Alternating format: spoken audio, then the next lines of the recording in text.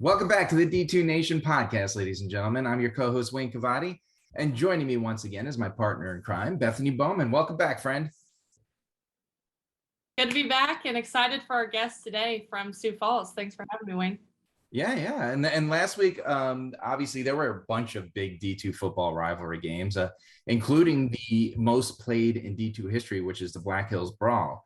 However, in Sioux Falls, South Dakota, there was another rivalry going down. Isn't that right, Bethany? Yep, that's right. The key to the city game pitted Augustana, a team that was in your D2 Power 10, Wayne, last week against Sioux Falls with a pretty exciting 31-24 upset. Sioux Falls jumped up the national rankings this week. So joining us today is Cougars head coach Jon Anderson and running back Thuro Reisdorfer. Thanks for joining us, guys. So we're welcome to the nation, and we like to keep it pretty simple here and start in the same spot, and that's the beginning. So, Coach, you've been at Sioux Falls since the 2017 season. The Cougars haven't had a losing season since. What brought you to D2 and Sioux Falls specifically? Yeah, it's actually 27 consecutive winning seasons that this program's been able to have, and which is the longest streak of D2 and fourth longest at all levels of college football. So I got to get that shameless plug in there.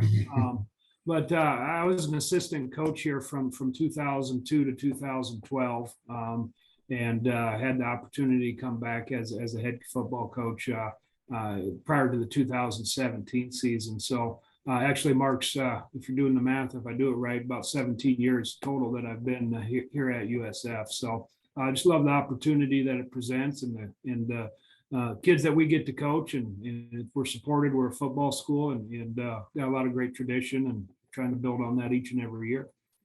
Thuro, talk about, your start here and just what brought you, and it looks like you're a starter for a couple of state champion teams in high school. What brought you to Sioux Falls? Well, I kind of always had a feeling that I was going to end up staying at home, somewhere in town or somewhere in the state. Me and Coach A, originally, we were talking. He was recruiting me as a linebacker. I told him, I was like, I love scoring touchdowns. Would you give me the opportunity to play running back? And that's how I ended up coming to USF and playing football. And that actually makes your story a lot more interesting because so I do like a lot of work for Lindy's magazine too. And going into must have been the 2019 season, I had Gabe Watson as an All-American, right? And you were behind him on the depth chart. And what was it, about 10 carries into 2019? He goes down for the year and lo and behold, there you are, and you go off for like almost 1,200 total yards. You had 19 touchdowns. You had this great year. Do you remember that kind of the seize the day moment and what it was like, and how excited you were when you took over? It was really surreal whenever it all happened. But we always work with the thought that it's next man up. If something were to happen, you got to be ready if you want to be in that position. So. It sucks that my brother got hurt and that he had to go through that, but the opportunity was there. I took it, and I've been running with it ever since, enjoying every moment of it. Yeah, I believe you even had the trifecta that year. Didn't you even return a kick for a touchdown? I think that year you did it all. I did. Versus Crookston, yes, I did. Yeah, and Coach, for you, just having a guy like that, I mean, were you ever worried at one point, or did you know that he was so capable of doing that, even though he hadn't had that full-time action yet? Yeah, Thuro's a pretty humble guy here. The whole story is really pretty remarkable and amazing. So he's a Sioux Falls born and bred kid that stayed home. Was a walk-on student or athlete in my first recruiting class, and was a good high school football player, and we wanted him on our roster, just didn't know where he fit. I guess he had the right idea and talked me into it, and he knows best in that situation. But he redshirted and then was developing in our program for a number of years, and Gabe had a tremendous 2018 season, and Thuro was watching and paying attention, and we're anticipating that for 19 as well. And, that didn't plan out, and you never can plan injuries, but he was absolutely ready. And has been a mainstay running back, every down guy for us ever since, and just has truly gotten better each and every year that he's been in our program. Obviously chose to stick around through the extra year with COVID, and he's making the most of it. So this is almost a made for TV movie, the way Hometown Boy starts, and he's behind on the depth chart, and he works his way up and becomes in my opinion, the best running back year in and year out in the Northern Sun, if not right up there in the country. And he's a real humble guy, and he just works his tail off. And I don't mind talking about him. And I know he's probably sitting there blushing a little bit, but he does just a remarkable job every single day. He's knows what he needs to go out to do, and he does it. His teammates follow him, and just thrilled that he's part of our program. So, Coach, you closed out 2021 winning 6 of your last 7 games, obviously off to this hot start with consecutive wins against Minnesota, Duluth, and Augustana. Pretty much must wins if you want to compete in the NSIC. With all the talent that you had coming back, what were your expectations heading into 2022? Well, with the tradition and in the past of this program, the expectations are every year to have a seat in the playoffs and have the ability to chase a championship. We're an NAI program that won 4 of them and had playoffs in the regular years. We moved up to Division II. We've been 4 out of the last 6. I don't know how you determine that with COVID or however that works out, but that's the expectation, whether we have every starter returning or we got to put the guys out that have been developing in our program. And we needed to get off to a fast start. That was an emphasis for us. We've certainly done that and had 2 big ones here back to back. We got the meat of our schedule still coming up. There's a lot of football to be played, but I like the way this team is approaching things, and I like the way things are going for us right now. Yeah. So Thuro, number 2 ranked offense in the NSIC. You personally have scored 9 touchdowns over the past 4 weeks. Everything is clicking. And Adam Mullen, I watched parts of that game. The quarterback, Adam Mullen, again, another returner, kind of looked like it was arguably his best game of the year. In one of the biggest games of the year. What is working in your opinion for this offense right now, and what's kind of the plan of attack that you guys got going? I think the big thing that we're doing is we're doing it all together. We know that if we need to hand the ball off, everybody's going to block, whether it be in the trenches or in the perimeter, or if we need to take a deep shot, the trenches are going to block, and I'm going to do my job as well. So I think we're really balanced in that aspect, and we choose to be the hammer instead of being the nail. I like that. Let's talk about last week's game. It was a big one, and there was plenty of good football, but it got close. Coach, take us through what was so successful in those first 3 quarters and what you think you guys learned by gritting out that victory by 1 score. Yeah, big game like that with the atmosphere that it was settling in. Traded a couple punts with both offenses to go through, and kind of found our groove. Hit some bigger play action shots. We're successful running the ball against a really strong defensive front, and we ended up scoring our second touchdown right as 45 seconds left in the second half, which was a huge a score for us. We had deferred, so we knew we were getting the football back, start the second half, and then ended up scoring on first drive there, kicked a field goal, and really through the third quarter was able to get things going really strongly in our direction. We had again in the fourth, we had a really decent lead and had things that felt under control. And rivalry games and good programs, that team, credit to them, they weren't going to lay down and stop playing, and we needed to close her out. And Thuro had a big part of that. He had his longest run of the day that helped, and defense was able to get the stops, and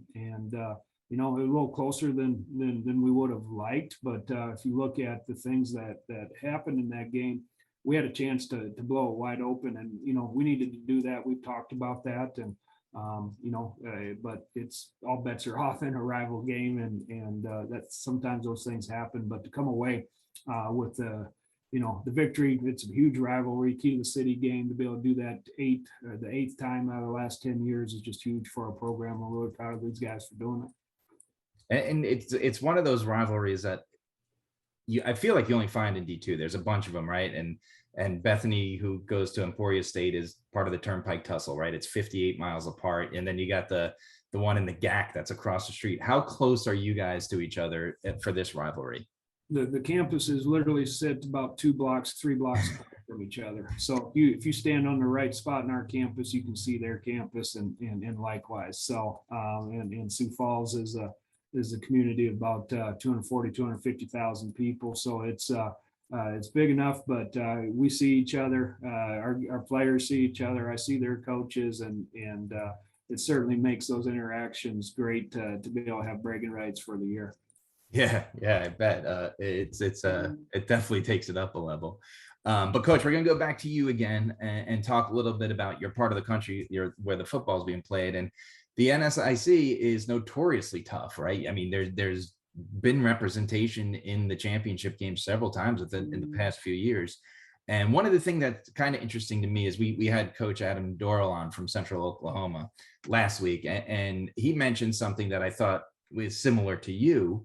And with you having such a large conference, you don't get to play a non-conference schedule. You're in it right away, right?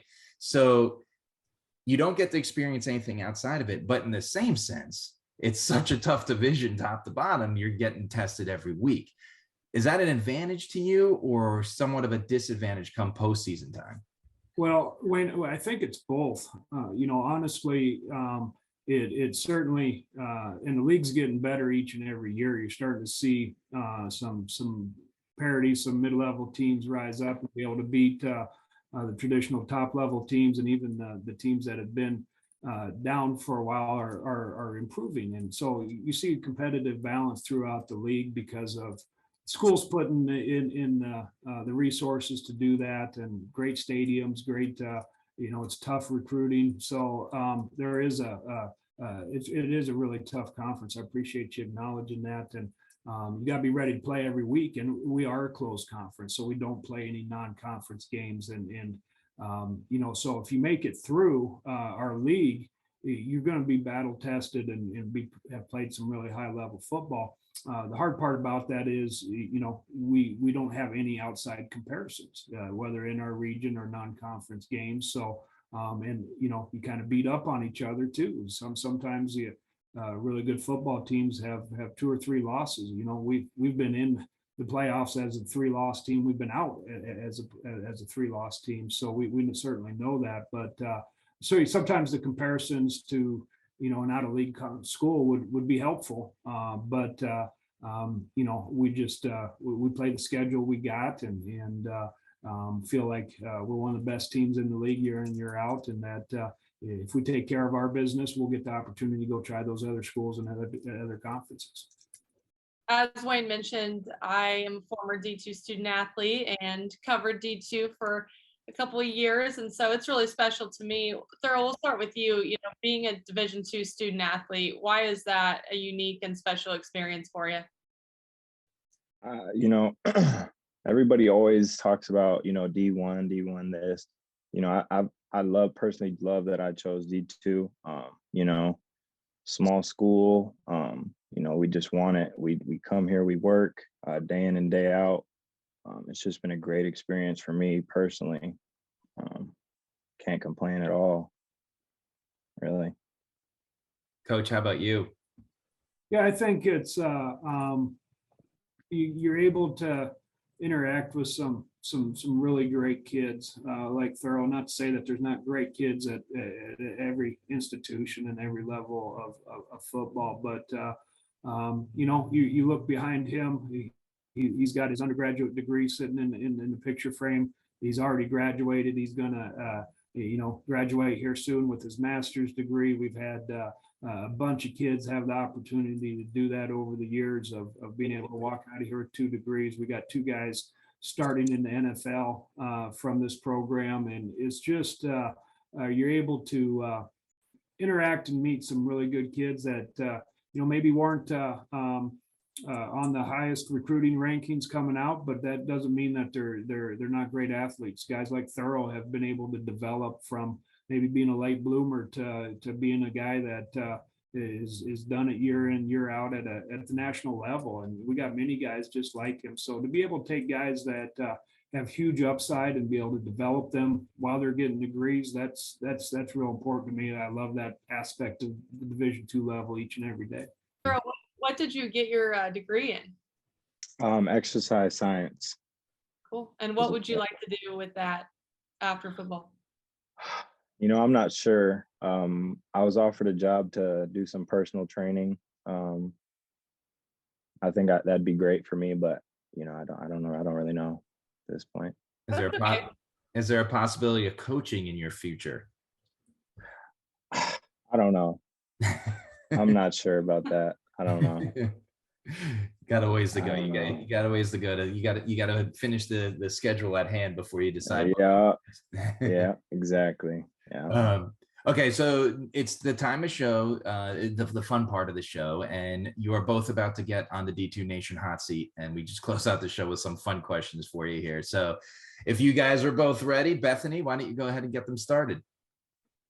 Yep, we'll start off easy. Always our first question. I think we need to change it up, Wayne, because people are going to start watching the previous shows and they're going to know.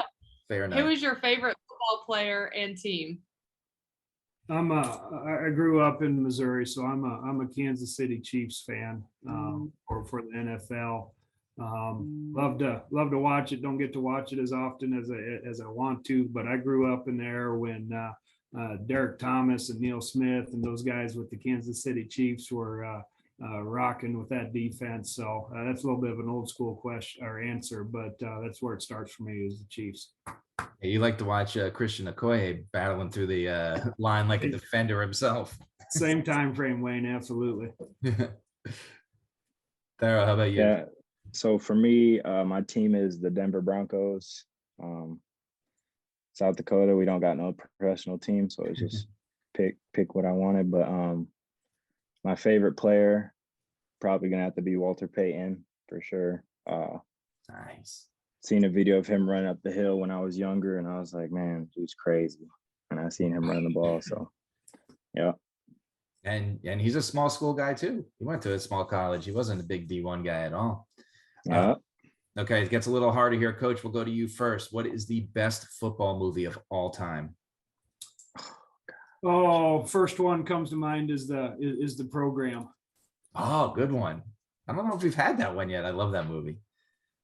Throw to you. For me, I'm gonna have to say The Longest Yard. Nice. Adam Sandler or the original? Adam Sandler. Okay. You haven't even seen the original. I know. I know the one dude that's in it, the quarterback that came in. Yeah, Burt Reynolds. Yeah. So next one, guys, I'm going to go with Thuro first. So what is in your headphones pregame before a game? Oh, I'm definitely listening to 90s rap. Who's your go-to artist? Biggie. Nice. I like that. We definitely don't get a lot of Biggie on here. It's usually like really recent guys. I like that. Yeah, no. Yeah. Yeah.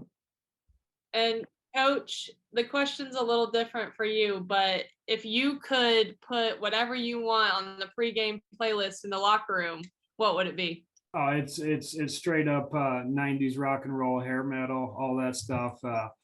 We get that played sometimes out at practice, and it's my favorite thing is I walk up to these guys and say, who's this? And they have no idea who Guns N' Roses is or any of those things. And likewise, I don't know who they're playing that's current. So they come back at me the next day. But they'll be able to play some good old rock and roll and guitar rock type stuff. I mean, there's some good like AC/DC, Motley Crue stuff from back in the day that can get you pumped up, and Guns N' Roses, of course, like you said. There's definitely good music back there that can get you pumped up for football. I don't get to control it very often, though, Bethany. Thuro, we'll go to you. What is your favorite binge-worthy television or like Netflix show like that you can binge? Ooh, there's a lot of them. The most recent one, yeah. the most recent one that I probably binged was Breaking Bad. Oh, that's a good one. Now you got to watch Better Call Saul because you just got to keep going. Yes, I do. You're right. Coach, how about you? Yellowstone has been a favorite of mine. That's the coach answer from this podcast. Every coach loves the Yellowstone. Yellowstone. All right. This one's kind of hard. And I don't know if we've ever asked this, but what was the last thing that you Googled? Last thing that I Googled. Coach is going to be like scouting reports. What was the last thing that I Googled? I think it was my grades, the USF portal. Nice. Sure that was the last thing I Googled. That's what we want to hear from the D2 student athlete. That is the best answer you could give. Coach, what do you think? This is bad, but you guys had me on here, but I had to Google Wayne Cavadi D2 podcast. That's okay. I'm glad you searched for me. I'm glad I'm in your search. Okay. Now I'll pop up more often. I don't feel bad, Coach. Mine is just filled with athletes' names that I'm getting ready to go interview. So that's totally okay. And then this is the last question. Coach, we could start with you. I think I know your answer. What would you rather have more of, time or money? Oh, obviously time. Time with my family. This job's really demanding, and if we had more hours of the day, that would be a great thing.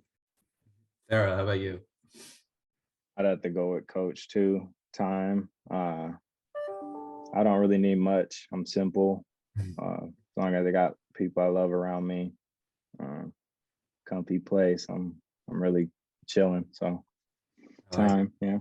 I like it. Well, that's it. You made it through the hot seat. Thank you guys so much for joining us. Obviously, we're going to let you get some rest, get prepared because you got a heck of a schedule left on the season. So thank you again, and good luck the rest of the way. Absolutely. Thank you very much for having us on. I enjoyed it. Absolutely. Absolutely. Remember, before we go, D2 Nation, we need your support. So give us a follow at Google Podcasts, Apple Podcasts, YouTube, and anywhere else you want to give a listen. Give us a follow, give us a like, and we'll see you next week on the D2 Nation.